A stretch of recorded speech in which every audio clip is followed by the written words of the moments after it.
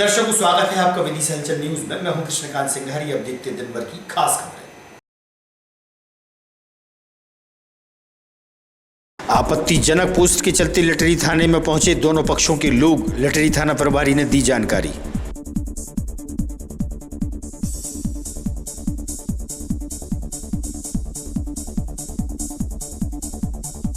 कांग्रेस किसान न्याय यात्रा निकली शहर में। किसानों के हितार्थ कांग्रेसी पहुंचे जिला मुख्यालय। नेता व कार्यकर्ता रहे मौजूद।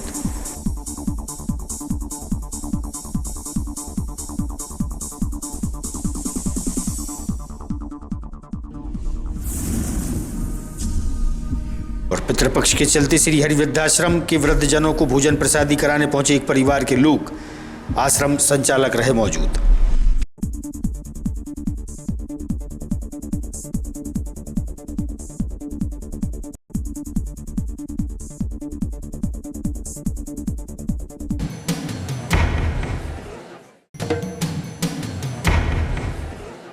अब खबर विस्तार से।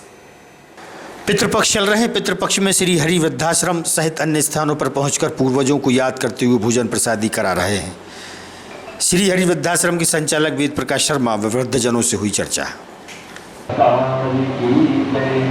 हनुमान जी महाराज की, बागेश्वर धाम सरकार की, सालासर सरकार की, मेहंदीपुर सरकार की, श्री हनुमान जी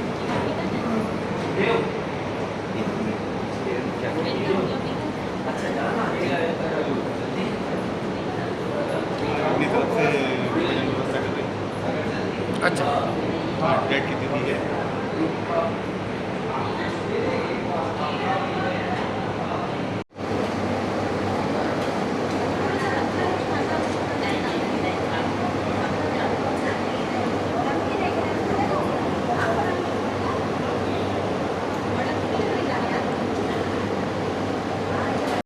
हर प्रसाद कहाँ रहते थे पहले? पहले खुरई खुरई में? हाँ, अब इतना ही आ गए। इतनी दूर से खुरई से आ गए? हाँ, बोलते सब बेच दिया। बेच दिया? या अच्छा, कितना बेच जाओ? अरे वो तो अब मकान बनवा वाला है। और पैसे कहाँ गए बे? पैसा मकान में लगा दे। मकान कहाँ है वो? हाँ, तो मैं शंकर नगर में। शंकर नगर में। कितने बच्चे हैं आपके? नहीं है, बच्चे नहीं है? अकेले रहा हूँ। और मकान कौन के नाम है? भैया भैया के नाम है। तो ये बताओ, जहाँ पर कैसे लगा थे आपका ये? ऐसे अच्छा लगा थे। अच्छा लगा था। 4 जने मिले जुले और जीवन भूल हो रहा था। वो नहीं, उकसाद नहीं है, जीवन भूल हो रहा था। भोजन प्रसादी बढ़िया मिले? हाँ, बढ़िया बना। कोई दिक्कत नहीं है? नहीं, कोई दिक्कत नहीं। अच्छा, जहाँ पे जो संचालक है वो तुमसे कुछ केस तो नहीं है? कौन? जहाँ पे जो संचालक? नहीं, जेठ नहीं आश्रय नहीं के आश्रय हैं। इनके ही आश्रय हो? नहीं के आश्रय। अच्छा, वो इंदिरा शर्मा जी आती हैं, वो कैसी है? इंदिरा अच्छी है, तो सब अच्छी। सब अच्छे हैं? बड़े रह गया। बच्चे नहीं है आपके? नहीं, कुछ नहीं। पहले क्या करते थे? आपका काम करते थे आप? हम कुछ नहीं, वो पढ़े लिखे, फिर 5वीं पढ़ पाए, फिर पिताजी कहने लगे कि नहीं अब नहीं पढ़ो। नहीं, काम क्या करते थे आप? कुछ नहीं, घूमते हैं भाई। आपके घर से? नहीं है, खत्म हो गए। मेरा नाम राजेश डिडोर। लो जी, कहाँ पर आए और किस तरीके की सेवाएं यहाँ पर दी जा रही है? मैं वृद्धाश्रम में बुजुर्गों की सेवा करने के उद्देश्य से आया था। परसाई करना था मुझे, और इन लोगों की सेवा करके मुझे अपार खुशी हुई। और यहाँ की व्यवस्थाएं एकदम दुरुस्त हैं, इसमें कोई दो राय नहीं है। लेकिन ये समय के मारे हुए हैं, लेकिन अपन थोड़ा सा प्यार दे सकते हैं तो उस पर अपने अपार खुशी होती है। और इनकी सेवा करने में मुझे बार बार आने की इच्छा है, और बार बार मेरा परसाई करना, खिलाना, जो मेरी श्रद्धा होगी वो करने की मेरी इच्छा है। आपका? राम प्यारी। राम प्यारी। कहाँ रहती थी आप पहले? छाप खीर है। कहाँ पर है ये? छाप खीरे में। कौन सी तहसील में आता है? अब कौन की हम नहीं जानते ऐसे। अच्छा, कोई बात नहीं। जहाँ पर कैसा लगता है आपको? अच्छा लग रहा है। कितने बच्चे हैं आपके? एक बच्चा है और 2 बच्ची हैं। फिर वो कहाँ है? अब वो तो अब अपाज है, वो कराखेड़ी मरीज। कराखेड़ी में। तो जहाँ पे आपका जो वेद प्रकाश जी हैं, वो किस तरीके से सेवा करते हैं आपकी इंदिरा शर्मा जी? खूब काटता है। खूब करते हैं सेवा? बढ़िया भोजन मिलते हैं यहाँ पर? हाँ, मिलता है। हमारा बेटा है, वो बात तो खूब अच्छा कर रहा है, अच्छी रख रहा है। अच्छा, बेटा है जो? हाँ, बेटा है। क्या नाम बेटा को? देख सकता। वेद प्रकाश। हाँ। मेरा नाम फूलाबाई, हम फूला भाई, कहाँ रहती थी पहले आप? भोपाल में। भोपाल में। यहाँ पर कितने साल से रह रही हो आप? 9 साल हो गए मेरे। कैसा लग रहा है आपको? अच्छा लग रहा है। आपके बच्चे कितने हैं? 2 लड़का 1 लड़की। क्या करते हैं वो? कपड़े की दुकान पे काम करते हैं। कपड़े की दुकान में। तो जहाँ पे आप कैसे आई? वही बहुओं का चक्कर, खाना पीना नहीं मिलता था टाइम से खाने को, थोड़ी भूख प्यास। अच्छा, जहाँ पे जो तुम्हारी बेटी है इंदिरा शर्मा, उनकी वो कैसे भोजन देती है? बहुत बढ़िया भोजन देती है, बहुत अच्छी देती है हमारी मैडम भी, और भाई साहब भी हमको बहुत अच्छा खाने नाश्ता हमें सब चीज़ मिलती है हमको। मतलब कोई दिक्कत नहीं है? कोई दिक्कत नहीं है हमको यहाँ पे। बहुत बढ़िया रह रहे हैं। खाने में तो ऐसा है कि खाने की तो कोई मतलब वो ही नहीं कर सकता, हर चीज़ मतलब जो नहीं खाई थी हमने वो भी मिल रही है। तो बहू की याद नहीं आती तुम्हारे घर? मेरे को किसी की, मैं अभी तक गई नहीं हूँ। 9 साल से आई है तो भोपाल से मैं नहीं गई? नहीं गई। अच्छा। क्या करूँ? का? सिया भाई सिया भाई, कहाँ रहती थी आप पहले? तिला खेरी अच्छा, तो यहाँ आश्रम में कैसे आई आप? आ गए। नहीं फिर भी माता जी क्या बजे रही कोई? कछु बजे नहीं है भाई साहब, हाँ। तनक बहू कितने साल आती और कछु बजे नहीं बहू है। ने क्या टेंशन नहीं थी आपका ये? कछु नहीं नहीं बातें करने लगाते हैं सुबह हमने कही के हमें तो भाई साहब के खा ले। बच्चे कितने हैं? एक आई है। एक ही है। हाँ। तो 3 मोनी है। क्या करता है वो बच्चा? ठेकेदारी कर ठेकेदारी का। कोई बात नहीं। अब जहाँ पर आप कहाँ पर रह रही हो अभी? भाई साहब के हिजा में आश्रम में। आश्रम में। यहाँ पर कैसी सेवा होती है आपकी? भाई साहब हम कह नहीं सके कैसी खूब हो रही है, नहीं कैसी सेवा होती है? खूब हो रही है।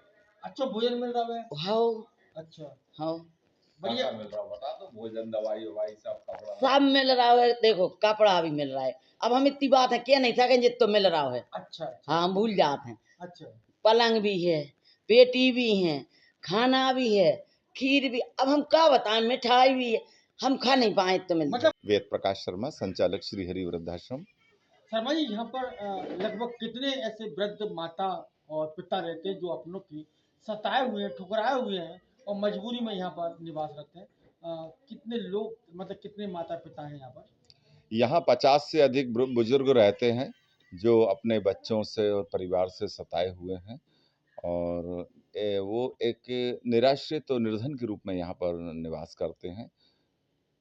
जी, अब देखा जा रहा है कि वर्तमान में जिंदा पितरों के लिए, जिंदा लोग जो अभी वर्तमान में हम पितरों को तर्पण करने के लिए पवित्र धाम बैतवा नदी पर पहुंचकर पिंडदान कर रहे हैं या पितरों को तर्पण करने के लिए प्रयास कर रहे हैं, लेकिन जिंदा माता पिता आज इस हालात में देखे जाते हैं, तो क्या कहेंगे इसके बारे में? ये एक समाज की बहुत बड़ी विडंबना है कि जीवित रहते रहते लोग माता पिता की सेवा नहीं करते। मैं एक कहावत कहता हूँ कि जिंदे में जलेबी नहीं खिलाते और मरने के बाद लोग पंच मिठाई बांटते हैं। तो ये एक समाज की बड़ी विडंबना देखने में आ रही है कि हम यहाँ पर उनके बच्चों को फ़ोन करते हैं, इविल उनके मरणोपरांत भी बच्चे उनका अंतिम संस्कार करने यहाँ पर नहीं आते, लेकिन कुछ समय बाद फिर उनकी सौगातें लेने, उनके मृत्यु प्रमाण पत्र लेने के लिए यहाँ पर चक्कर लगाते हैं, हम लोगों को परेशान करते हैं। ये एक समाज के लिए चिंताजनक विषय है और वृद्धाश्रम में बुजुर्गों की संख्या बढ़ना भी एक समाज के लिए बड़ी चिंता का विषय है। लेकिन खुशी इस बात की होती है कि हमारे विदिशा का जो समाज है वो यहाँ पर आगे बढ़कर सहयोग करता है और वृद्धाश्रम के बुजुर्गों के लिए जो भी बेसिक से लेकर के उत्कृष्ट सेवाओं की जो आवश्यकता है उसके लिए हमारे शहर के डॉक्टर्स और तमाम समाज से भी लोग यहाँ पर आगे आकर के मदद करते हैं। कितने सालों से संचालित है ये आश्रम लगभग 20 वर्ष से संचालित है और मैं देख रहा हूँ कि पितृपक्ष में यहाँ पर लोग श्राद्ध करने के लिए आते हैं और बुजुर्गों को अपने माता पिता के तुल्य सम्मान देते हुए यहाँ पर लोग भोजन कराते हैं। प्रतिदिन संख्या बढ़ती है। सोशल मीडिया पर की गई आपत्तिजनक पोस्ट के मामले में आरोपी पंडित उमेश शर्मा भी फरार चल रहा है, जिसको लेकर पुलिस ने एक टीम बनाई है जो निरंतर उसकी तलाश कर रही है। वहीं लटेरी क्षेत्र में शांति व्यवस्था बनी रहे उसको लेकर आसपास के थानों से विदिशा पुलिस लाइन से विशेष पुलिस बल लटेरी भेजा गया है। इस मामले को लेकर लटेरी एसडीओपी अजय मिश्रा का कहना है कि जिस व्यक्ति द्वारा सोशल मीडिया पर आपत्तिजनक पोस्ट की गई थी उसके खिलाफ 353(2) और BNS की धारा 299 के तहत मामला दर्ज किया गया है। वहीं दूसरे पक्ष की ओर से एक शिकायती आवेदन आया है जिस पर जांच की जा रही है। गुरुवार की देर रात लटेरी थाने में 2 समुदायों के बीच हुए बवाल को लेकर पुलिस विभाग की तरफ से अभी तक कोई कायमी नहीं की गई है। रात में दोनों समुदाय की ओर से करीब 1000 से ज़्यादा लोग एकत्रित हुए थे। जिनके बीच विवाद की स्थिति भी निर्मित हुई थी। लटेरी क्षेत्र में अभी भी तनाव की स्थिति बनी हुई है।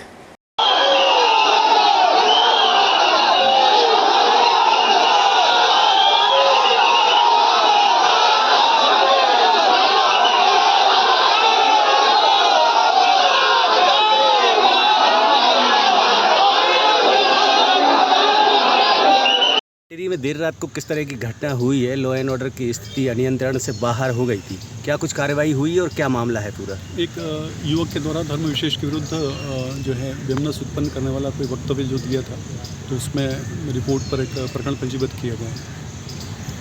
तो कितने लोगों के ऊपर एफआईआर दोनों तरफ से दर्ज हुई है? इंस्टाग्राम पे जो किया है वो एक युवक के विरुद्ध है जिसने किया। और दूसरे पक्ष की ओर से? दूसरे पक्ष के संबंध में जो है उन्होंने बताया था कि कुछ नाराज़ होकर उनके युवक उनके घर तक गए थे, तो उसमें भी वो रिपोर्ट ली गई है और उसको भी अभी अनुसंधान में लिया है। सर, दोनों ही मामलों में कितने आरोपियों को राउंड अप किया गया है? अभी जो है प्रयासरत हैं और अनुसंधान कर रहे हैं। तो लॉ एंड ऑर्डर के मामले में क्या स्थिति है सर? लॉ एंड ऑर्डर में विभिन्न पॉइंट लगाए गए हैं और आरोपी की तलाश की जा रही है और संबंधित जो जिम्मेदार लोग हैं उनसे चर्चा की जाए। कल लटेरी थाने में सर देर रात को जिस तरह का बवाल हुआ है, उस मामले में पुलिस की तरफ से भी क्या कोई एफआईआर दर्ज होगी? नहीं, इसमें देखिए दोनों पक्षों को अपनी तरफ से समझाई देना और एक क्षेत्र में सौहार्दपूर्ण वातावरण बना रहे, इसके लिए प्रयास लगातार किए जा रहे हैं। अपने खेत पर अनिकेत दांगी उम्र 23 वर्षीय घूमने के लिए सुबह गया था, जहां सर्पदंश के कारण उसे इलाज के लिए जिला अस्पताल में भर्ती कराया गया है। सर्प के काटने से वह घायल अवस्था में है, जिसका इलाज चल रहा है। क्या नाम है आपका? अनिकेत। अच्छा, क्या हो गया था? कहाँ काटा पैर में? पैर में काटा है खेत पे। खेत पे? हाँ। क्या करने गए थे? खेत में ऐसे ही सुबह टहलने। काय ने काट लिया? सांप ने, दिया रहती है। अच्छा, फिर कब भर्ती करे खाया? अभी अच्छा, सुबह खाया था, अभी भर्ती हुई। सुबह कर दिया था, आराम लगा कुछ? भर्ती अभी हुए, सुबह खाया। सुबह काटा था, अभी भर्ती हुआ है। अच्छा, क्या नाम है आपका? मुकेश दांगी। अच्छा, ये कौन है आपके जिन्हें काटा सांप ने? चाचा का लड़का है। चाचा का लड़का है, भाई है आपका? भाई। अच्छा, कहाँ काटा था? कहाँ के रहने वाले हैं? मदन खेड़ी में। वो भैया? हाँ, मदन खेड़ी। मदन खड़ी के। कहाँ काट लिया? खेत पे गया था। खेत पे गए थे? अच्छा, कितने बजे की बात होगी? सुबह की बात है। सुबह की बात, 7-8 बजे की। अच्छा, फिर कब पता चला था आप लोगों को, कब अस्पताल लाए? नहीं, हम तो यहीं पे थे। खेत हमारा घर है, गाँव पे भैया लेके जा रहे थे, तो उधर ले गए थे, वहाँ पे झड़वाया। उसके बाद ये और एक दो जगह और गए। फिर मैंने फ़ोन लगाया, मैंने कभी तो हॉस्पिटल ले जाओ, दिखा लो यहाँ पर। मैंने जब ज़्यादा समय खराब नहीं, उसके बाद फिर यहाँ पे लेके आया, जिला अस्पताल में भर्ती कर दिया। कांग्रेस किसान न्याय यात्रा किसानों के हितार्थ निकाली गई। यह यात्रा 5 से 6 किलोमीटर की दूरी तय कर जिला मुख्यालय पहुंची। वहीं स्वामी विवेकानंद चौराहे पर आम सभा भी हुई। किसान न्याय यात्रा में बड़ी संख्या में किसान और कांग्रेसी मौजूद रहे। कांग्रेस के नेता व कार्यकर्ताओं से हुई चर्चा।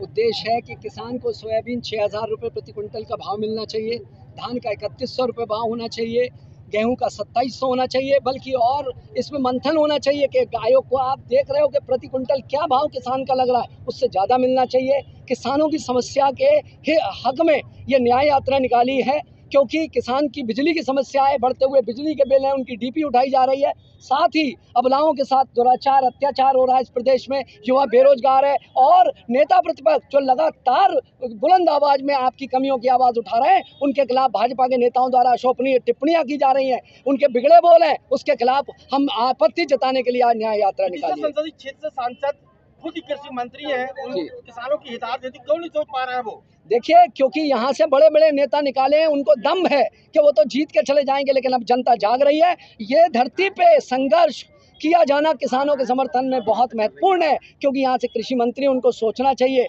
आज वो एक हस्ताक्षर से कानून बना सकते हैं।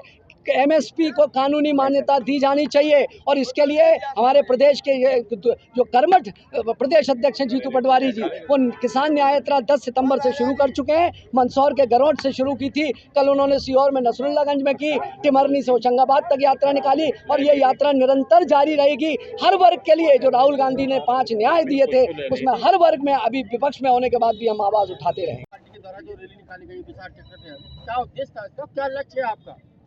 सबसे पहला लक्ष्य तो हमारा ये है कि किसानों को उनकी धान, सोयाबीन, उड़द, मक्का एवं जो खरीफ की फसलें हों उनका सबका दाम हमारे स्वामीनाथन कमेटी के आयोग के माध्यम से मिलना चाहिए।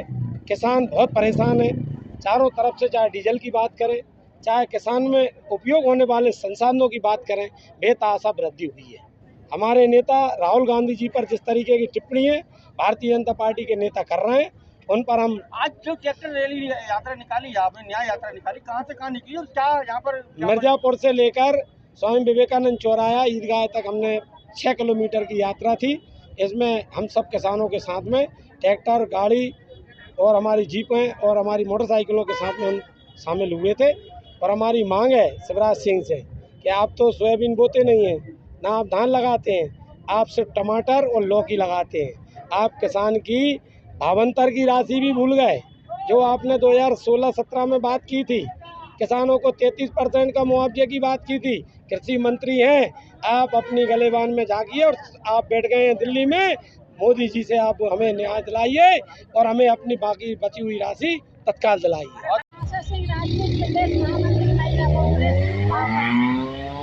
आज जो किसान रैली यात्रा निकाली, क्या उद्देश्य था इसका? इसका उद्देश्य है कि किसान बहुत परेशान है, फसलें उपज कम हो रही है किसान की और लागत ज़्यादा आ रही है और रेट कम हो रहा है, क्योंकि किसान खुद बोता है। हर व्यापारी रेट अपना रखता है, लेकिन किसान का रेट व्यापारी लगाते हैं। हमारा जैसे पैदावार जितने लागत होती है हम रेट करें, जैसे हमारी लागत आई है 5,000 तो हमें 5,000 से ऊपर मिलना चाहिए। अगर 3,000 आई है तो 3 से ऊपर मिलना चाहिए, नहीं तो हमारे बच्चे वक्त कैसे पलेंगे किसानों के। मैं भी एक किसान हूँ, किसानी करती हूँ। दवाई महंगी, खाद महंगा, डीजल महंगा, हर चीज़ महंगी हो गई है। आज खेती का धंधा, लाभ का धंधा नहीं बचा है। आज खेती का धंधा हो गया परेशानी का। आज किसान खेत में खड़ा रहता है, कहीं लाइट नहीं मिल रही तो मोटर चल रही है, इतना ज़्यादा परेशान है, लेकिन उसको दाम नहीं मिल रहा है। तो हम उसकी मांग को लेके ये पगड़ी इसलिए बांधी है कि किसान की इज्जत की पगड़ी है, तो उसकी लाज रखे सरकार। और ढोल इसलिए बजाए हैं कि ढोल गूंगी बैरी सरकार को जगाने के लिए। घुमंतु अर्ध घुमंतु समाज के लोग अपनी समस्याओं को लेकर जिला मुख्यालय पहुंचे। उन्होंने अपनी समस्या ज्ञापन के माध्यम से प्रशासनिक अधिकारी को बताई। हम अपना अधिकार मांगते हैं, हमें अपना अधिकार चाहिए। ऋतु संदीप उदेवर, जिला संयोजिका घुमंतु कार्य। जी, जिले के अंदर लगभग कितने घुमंतु समाज के लोग परिवार में? जिले के अंदर तो देखा जाए तो 7 से 8 जातियां निवासित हैं पूरे विदिशा जिले में। कि लगभग कितनी संख्या होगी? संख्या 700-800 लोग अपने विदिशा के आधे जिले में होंगे। आधे जगह क्या मांग है इनकी, क्या समस्या है इनकी? मांग यही है कि ना इनके पास कोई योजनाओं का लाभ नहीं है, किसी भी प्रकार का इनके दस्तावेज नहीं है। आवास योजनाएं हैं, काफ़ी कुछ योजनाएं तो सरकार द्वारा दी जा रही हैं, लेकिन इन लोग वंचित हैं उस चीज़ से। सरकार एक तरफ इनके लिए इनका योगदान बलिदान की बात करती है, इनके पूर्वजों की, और इनके लिए वंचित होना पड़ रहा है। इनके पास कोई ऐसे महत्वपूर्ण दस्तावेज नहीं है। क्या प्रयास करेंगे आप इनके लिए? हम प्रयासरत हैं कि इनके दस्तावेज, सबसे पहले दस्तावेज बने, इनके सर्वेक्षण हो, इनकी बस्तियों में जा जाकर, इनके घर जा जाकर, क्योंकि ये लोग एक जगह रहते ज़रूर हैं, लेकिन इन लोगों को कई कामों के लिए, अपने आजीविका चलाने के लिए इन लोगों को जाना पड़ता है। अलग अलग जगह पे ये लोग जाकर अपना हालात में रहना, कैसे रहना है ये लोग? बहुत दयनीय हालत है इनकी। ना इनके पास, ना इनको राशन मिलता है, ना राशन कार्ड, ना आधार कार्ड, कुछ सुविधाएं हैं नहीं इन लोगों के पास। इसी कारण इन लोगों को जाना होता है। नहीं, उन्होंने हमें आश्वासन दिया है कि हम कराएंगे, और पिछले महीने 31 अगस्त को जो घुमंतु राष्ट्रीय दिवस होता है, उसमें भी माननीय मुख्यमंत्री जी ने हमें आश्वासन दिया। उन्होंने योजनाओं की घोषणाएं भी की है। हमारा नाम खिलान नाम है। दादा खिलान सिंह, कितनी उम्र हो गई आपकी? 60 हो गई। 60 हो गई। कोई कागज नहीं है आपके पास? कोई कागज नहीं है। Aadhaar card, PAN card, voter card? नहीं, अगर 60 साल की भी पेंशन भी नहीं मिल रही। क्यों नहीं मिल रही? दे ही नहीं रहे। क्या कह रहे हैं? कह रहे कि अभी नहीं मिल रही, तुम 60 की। मेरा नाम पप्पू है। पप्पू भैया, क्या समस्या लेके आप? मेरी समस्या ये है कि मेरे जो परिवार जो रह रहे हैं विदिशा के अंदर, जो जानकी नगर, हम लोग नट हैं। नट है। हाँ हाँ, घुमंत जातु। जी। ये हम लोग सब चाहते हैं कि हम लोगों के लिए किसी चीज का सरकार से लाभ होना चाहिए। क्या चाहिए सरकार? हम लोगों के लिए घर चाहिए, हमारे बच्चों को स्कूल में पढ़ाई चाहिए, हम लोगों के लिए राशन चाहिए, परमिट चाहिए, और हम लोगों के लिए आधार कार्ड, कोई भी कागज हमारे पास बरामद नहीं है। 30 साल से निवास कर रहा हूँ 1 नंबर वार्ड के अंदर, जानकी नगर, विदिशा में। कितने लोग हैं आप? कम से कम 40 आदमियों की संख्या है। महाराष्ट्र के नागपुर निवासी एक दंपति जो कि कचरा बीनकर अपने परिवार का पालन पोषण करता है, जिनके साथ 1 वर्षीय कुपोषित बेटी को देख कांग्रेसी नेताओं ने उससे चर्चा की और बेटी के इलाज व देखरेख हेतु उन्हें तुरंत जिला अस्पताल भेजा गया।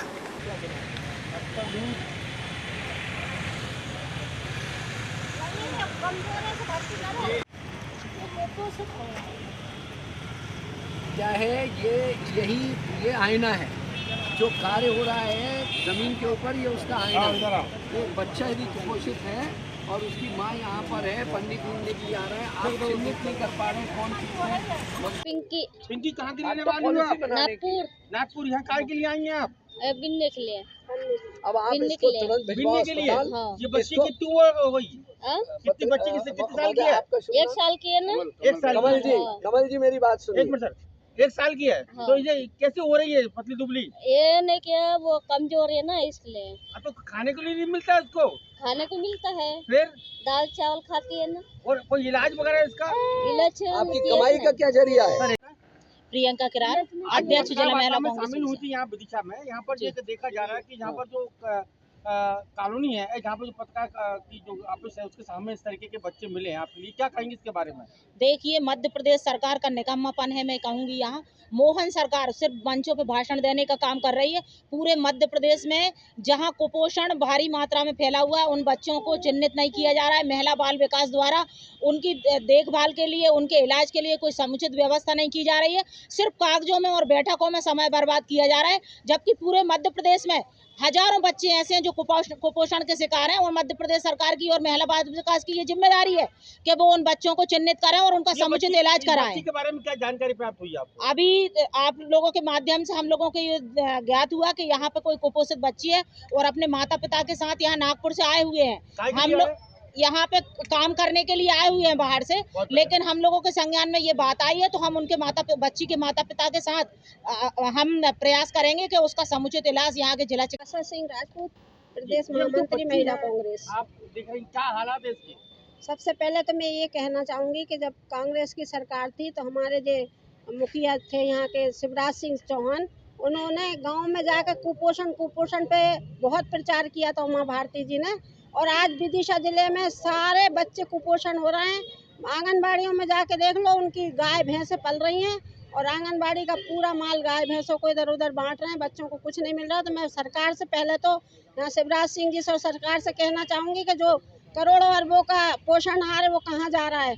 सब दलाली में जा रहा है, तो उसको दलाली को बंद कर। क्या प्रयास करेंगे इसके लिए आप? इसके लिए हमने कुपोषण के लिए बहुत लड़ाई लड़ी और लड़ेंगे। बच्ची के लिए ये बच्ची का बेचारी ये बाहर से आए हैं अपने पेट पालन के लिए, यहाँ पन्नी बीनने के लिए। तो आज इतनी सी अबोध बच्ची है, हम इसको हॉस्पिटल में ले जाकर कुपोषण केंद्र में एडमिट कराएंगे और पूरा इलाज कराएंगे और सरकार से मांग करेंगे कि ऐसे बच्चों को पूरे जिले में। जो बच्ची मिली है सर, किस हालात में मिली और क्या प्रयास किया जाएगा विभाग के द्वारा?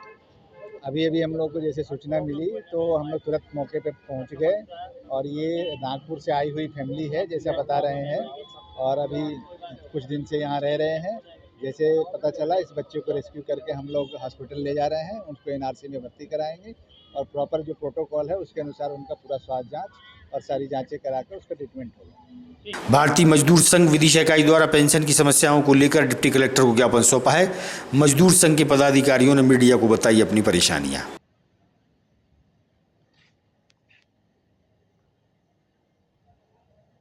महेंद्र सोनी, विभाग प्रमुख, भारतीय मजदूर संघ। भारतीय मजदूर संघ के राष्ट्रीय आह्वान के आह्वान के अंतर्गत पूरे देश में हर जिले में ज्ञापन देना है प्रधानमंत्री के नाम। उसमें कर्मचारी पेंशन स्कीम के अंतर्गत जो पेंशन दी जाती है 2014 से दी जा रही है 1,000 रुपये, उसको बढ़ाकर 5,000 रुपये की जाए। कितने कर्मचारी को लाभान्वित होते हैं अगर पेंशन बढ़ती है तो? इसमें लाखों कर्मचारी इससे लाभान्वित होंगे। जिला मंत्री भारतीय मजदूर संघ आज जो 1994 से 95 से जो पेंशन लागू चल रही है 1,000 रुपये, उसको 5,000 रुपये बढ़ाया जाए, जिससे कि कर्मचारियों को भविष्य में किसी प्रकार की परेशानी ना हो। वर्तमान समय में कौन सी सब्जियों का सेवन करना है और कौन सी नहीं, हरी सब्जियों के सेवन करने को लेकर जानकार लोगों से हुई चर्चा। सुनिए आप उनका क्या कहना है।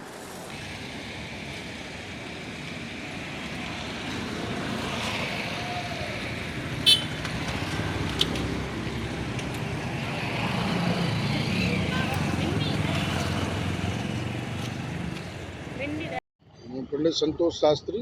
शास्त्री जी, वर्तमान में देखा जाता कि ऐसे अभी जो वर्तमान में जो दिन चल रहा है उनमें कौन कौन सी सामग्री को भोग नहीं लगाना चाहिए, नहीं बनाना चाहिए, नहीं खाना चाहिए, क्या वजह है उसकी?